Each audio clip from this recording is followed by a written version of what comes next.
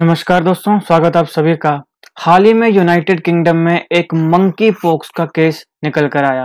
United kingdom की health agencies के द्वारा ये कहा गया कि ये जो व्यक्ति है ये हाल ही में नाइजीरिया घूमने के लिए गया था और नाइजीरिया से जैसे ये वापस आया तो बीमार पड़ा और जब इसके टेस्ट वगैरह हुए तो पता चला इसके अंदर मंकी पॉक्स है।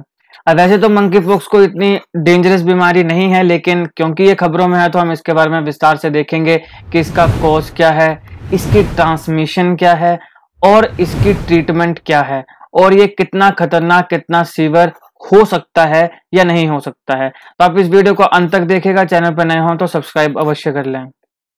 तो हाल ही में एक पेशेंट जो है उसको मंकी पॉक्स डिजीज से डायग्नोज किया गया इंग्लैंड में। United kingdom health security agency के मुताबिक पेशेंट ऐसा हो सकता है कि वो नाइजीरिया गया था और नाइजीरिया में उसको वो बीमारी के कांटेक्ट में आया हो।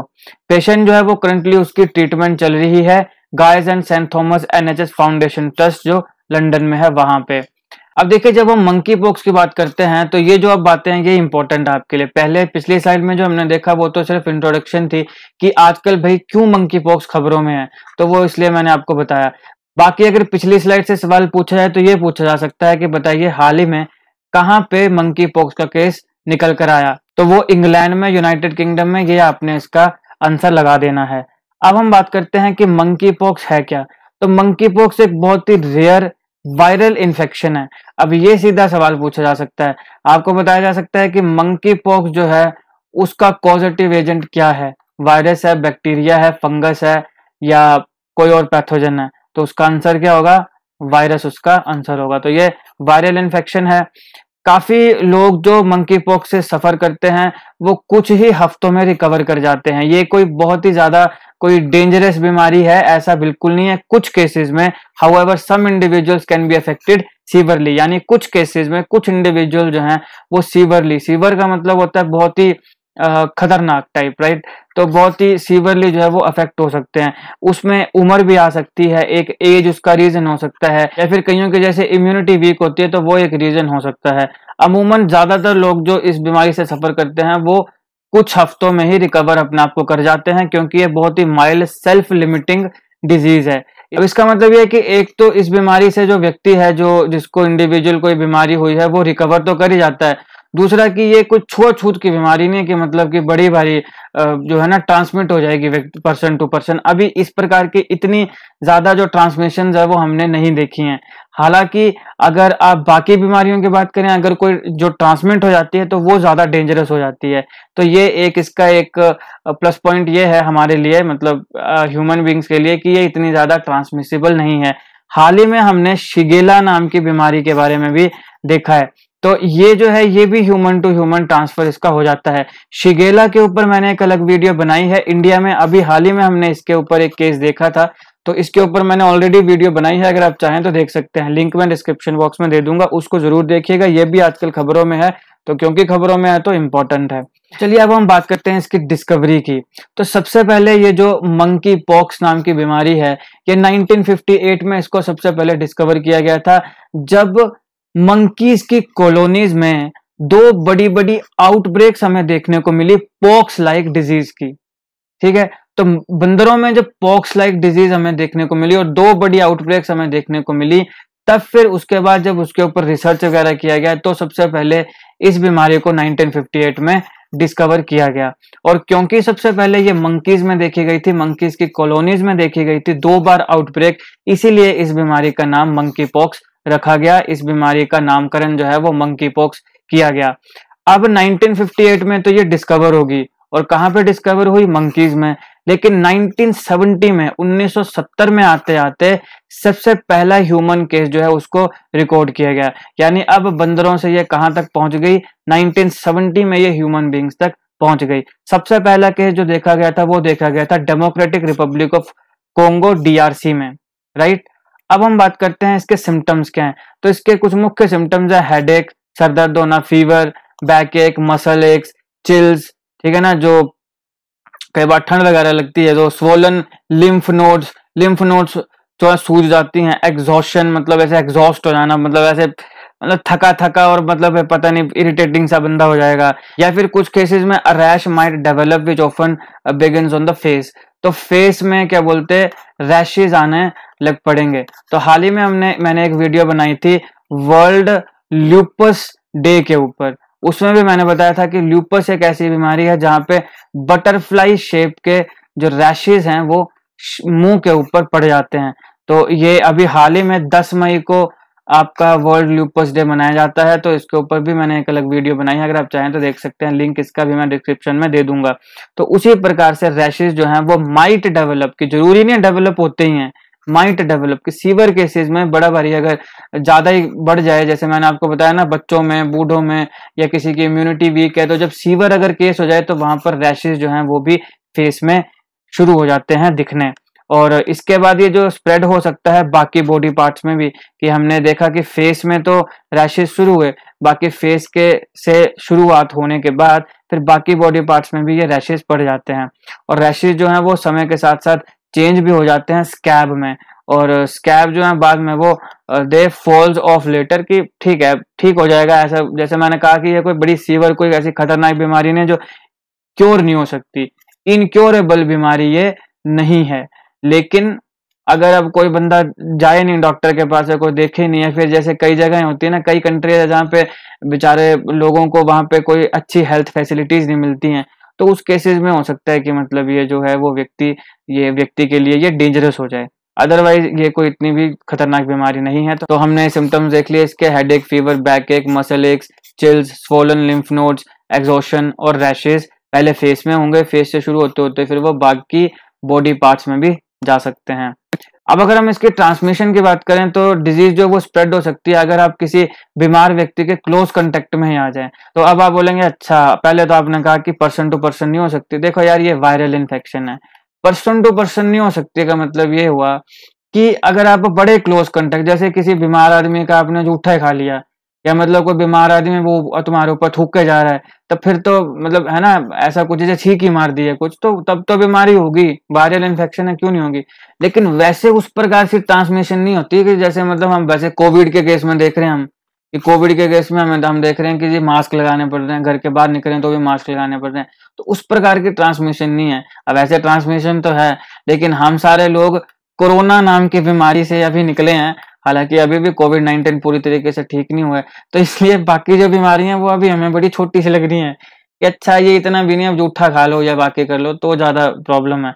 अदरवाइज कोविड-19 में जो हमने देखे चीजें, खासकर सेकेंड जो वेव थी उसमें जो लोग मरे, और फिर इतने सालों से अब आपको पता है कि सैनिटाइजर यूज करो, घर के बाहर जाना है तो मास्क लगा के जाओ, तो उतनी जब चीजें हम देख चुके ना, तो अब ऐसे लग रहा है कि ये सब चीजें मतलब ऐसे ही हैं कि कुछ भी नहीं है इसके आगे तो। लेकिन फिर भी हाँ, क्लोज कांटेक्ट में आओगे तो फिर इंडिविजुअल जो इन्फेक्टेड है उसके क्लोज कांटेक्ट में आके तो ट्रांसमिशन होगी ही होगी, बीमारी स्प्रेड होगी ही होगी।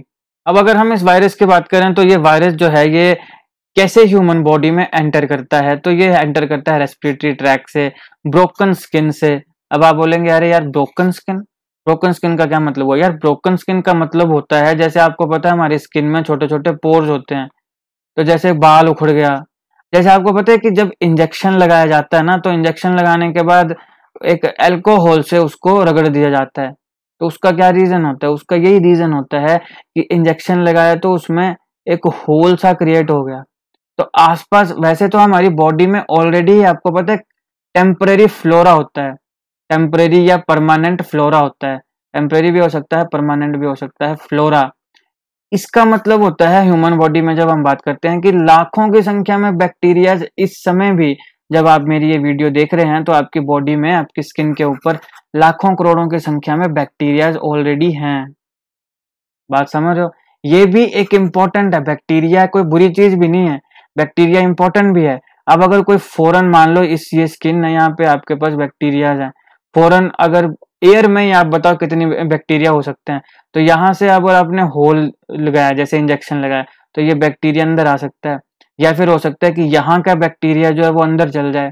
तो अब जब ये स्किन का है तो स्किन में तो ये फ्लोरा है, यानी कि ये वहां का टेम्परेरी या परमानेंट फ्लोरा है, मतलब वहां पे ये स्किन को खराब नहीं कर रहा, शरीर के अंदर चल जाए तो ये बीमारियां कर सकता है। तो ये एक कारण होता है कि जब आपको इंजेक्शन लगाया जाता है तो उसमें अल्कोहल मल दी जाती है, ताकि आसपास के बैक्टीरिया जो हैं वो भी एंटर ना करें, और जो एयर में बैक्टीरिया वगैरह हैं वो भी आपकी बॉडी में एंटर ना करें। तो थोड़ी सी भी ब्रोकन स्किन होगी, कहीं पे लग गई, चोट लग गई, या कहीं पे जैसे कोई होल है, या फिर जैसे बाल तोड़ हो गया, तो बाल जब तोड़ा जाएगा तो वहां पर भी तो होल क्रिएट हो सकता है। तो इस प्रकार की चीजें, तो जो ब्रोकन स्किन है वहां से ये बॉडी में एंटर कर सकता है, रेस्पिरेटरी ट्रैक से एंटर कर सकता है, ब्रोकन स्किन से एंटर कर सकता है, नोज से, आईज से और माउथ से एंटर कर सकता है। इसके अलावा एक तो हमने कहा कि मंकीज, अब जैसे मंकी, बंदरों के आसपास अगर आप गए हो तो वहां से बंदरों के साथ टच कर दिया, कईयों को चुल होती है ना कि हम तो ओहो ओ माय गॉड बहुत ज्यादा क्यूट है ना, क्यूटी पाई है, वो हाथ लगाने लगते हैं, रोटियां खिलाने लगते हैं, तो उनसे फिर वो बीमारियां हो सकती हैं। और इसके अलावा कुछ पेट एनिमल से भी ये बीमारी मतलब मंकी पॉक्स हो सकती है। तो ये मंकीज के साथ साथ पेट एनिमल से भी ट्रांसमिट हो सकती है ह्यूमन बींग्स में। कैसे इस बीमारी से बचा जाए?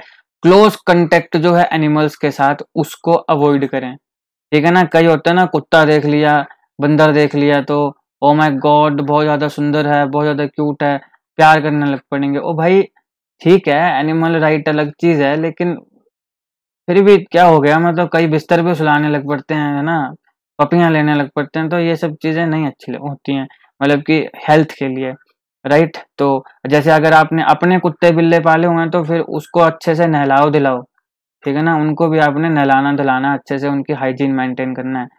और जो स्ट्रे डॉग्स हैं या कुछ हैं, मैं ये नहीं कह रहा हूँ कि उनके साथ आप प्यार मत करो। कई अगर आपके आप में से कोई एनिमल राइट का बैठा हो, वो बोले कि अरे सर आप कैसी बातें करें, ऐसा नहीं है।